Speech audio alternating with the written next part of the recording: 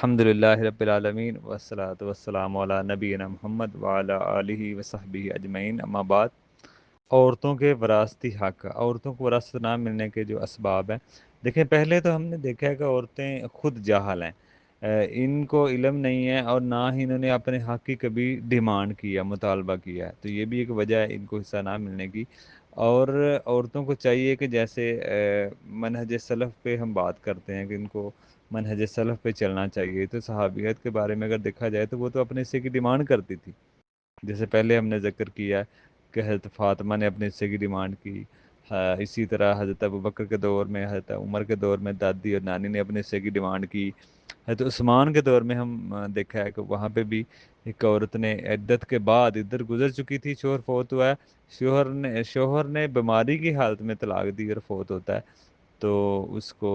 ملتی ہے وراثت، کیونکہ شوہر نے بیماری کی حالت میں اس کو طلاق دی تھی تاکہ اس کو حصہ نہ ملے،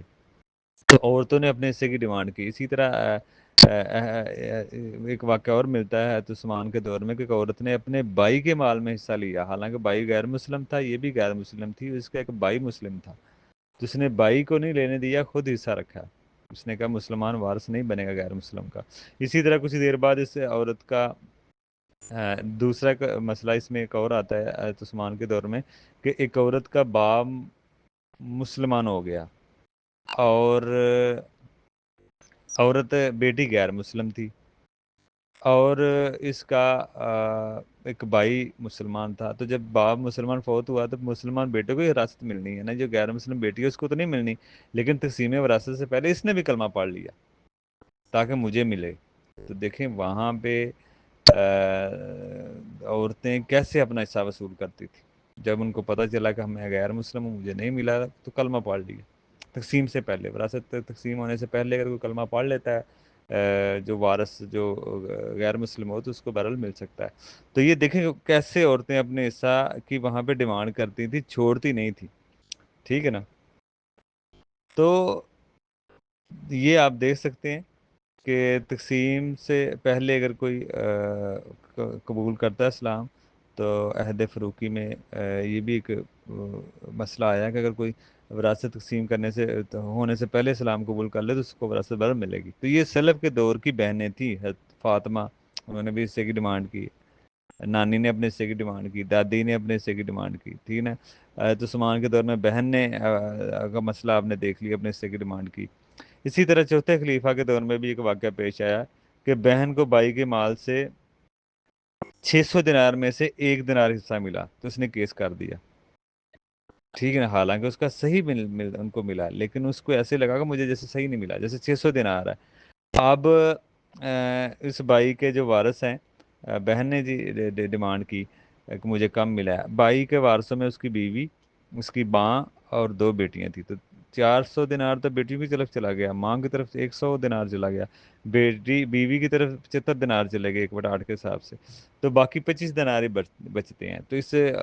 شخص کا جو فوت ہوا اس کے بھائی تھے 12، تو 24 دینار اس کی طرف چلے گیا، اس کے لیے ایک ہی بچا، تو یہ صحیح تقسیم تھی، تو اس کو ایسے لگا جیسے صحیح نہیں ہوئی، تو اس نے کیس کر دیا۔ یعنی کہ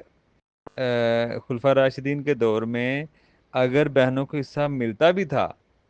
صحیح تو پھر بھی اس کو ایسے محسوس ہوا جیسے مجھے صحیح نہیں ملا، تو اس نے کیس کر دیا۔ تو آج کل تو عورتوں کو مل ہی نہیں رہا، تو اس لیے ان کو بھی شعور ہونا چاہیے، سمجھ ہونی چاہیے، عورتوں کو جاہل رکھا جا رہا ہے تاکہ اپنے حصے کی ڈیمانڈ ہی نہ کریں، اور یہ سمجھا جاتا ہے کہ عورتوں نے مال کیا کرنا ہے، یہ تو کسی کی متاعت ہے، یہ غیر مسلموں کی سوچ ہے، وہ سوچتے ہیں کہ عورت کسی مال کی مالک نہیں ہو سکتی۔ جو ہماری شریعت کے اندر ایسا مسئلہ نہیں ہے، عورت بھی کسی مال کی مالک ہو سکتی ہے، شریعت نے جس طرح مرد کو کسی مال کا مالک بنایا ہے، عورت کو بھی بنایا ہے، تو اس کو حصہ دیا جائے گا۔ تو یہ دیکھیں آپ، جس طرح حضرت فاطمہ کے بارے میں بھی آتا ہے، انہوں نے بھی اپنے حصے کی ڈیمانڈ کی، تو یہ کہہ لیں کہ سنت ہے، حضرت فاطمہ کی سنت ہے اگر کوئی اپنا حصہ لے رہا ہے۔ اسی طرح آج اگر وراثت پر عمل نہیں ہو رہا تو ہماری بہنوں کی سستی، کاہلی اور ان کے آگے بڑھ کے اپنا حصہ مانگنا چاہیے، تو نہ مانگنے کی ہی یہ وجہ ہے۔ اسی طرح اگر بہنوں نے اپنا حصہ چھوڑ دیا تو اس کا یہ مطلب نہ لیا جائے کہ آپ کا ہو گیا، بہن نے چھوڑا ہے تو اس کا مطلب یہ نہیں لے رہی، تو اس کا مطلب نہیں ہے کہ آپ کا ہو گیا، اس کے بعد بہن کے مرنے کے بعد اس کے بچوں کو جائے گا، کیونکہ بہنوں نے اپنا حصہ ٹرانسفر نہیں کیا، شرعی مالک نے کسی کو بنایا، ابھی وہ خاموش ہے، اس نے نہیں لیا، ویسے ہی پڑا ہوا ہے، تو کوئی یہ نہ سمجھ لے کہ بھائی یہ نہ سمجھ لے کہ ہمارا ہو گیا، وہ بہن نے چلے ڈیمانڈ ہی نہیں کی، ابھی ویسے ہی اس نے کوئی بات ہی نہیں کی۔ گفٹ ہدیہ تو تب ہوتا ہے جب کوئی کسی کو مالک بنا دے، وہ اصول اور ہوتے ہیں، ٹھیک ہے نا، کتاب و سنت کے مطابق ہدیہ تحفہ پھر ہی ہوتا ہے جب کوئی کسی کو بغیر مجبوری کے مالک بناتا ہے، بغیر مجبوری کے۔ اگر کوئی مجبوری سے مال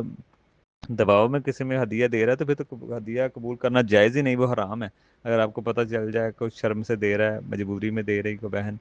کہ کوئی کیا کہیں گے لوگ، گھروں میں آنا جانا ہوتا ہے، تو ایسا اگر آپ کو پتہ چل جائے، ایسی سوچ ہے معاشرے میں، ایسا ہوتا ہے، تو پھر آپ پہ ہدیہ قبول کرنا آپ پہ حرام ہے۔ تو یہ ہدیے کے اصول الگ ہوتے ہیں، اس لیے ہم آگے دیکھیں گے کہ اگر کوئی کسی بغیر رضامندی سے کوئی کسی کو قبول مال دیتا ہے تو اس کو قبول نہیں کرنا چاہیے بھائی کو، یہ ظلم ہے۔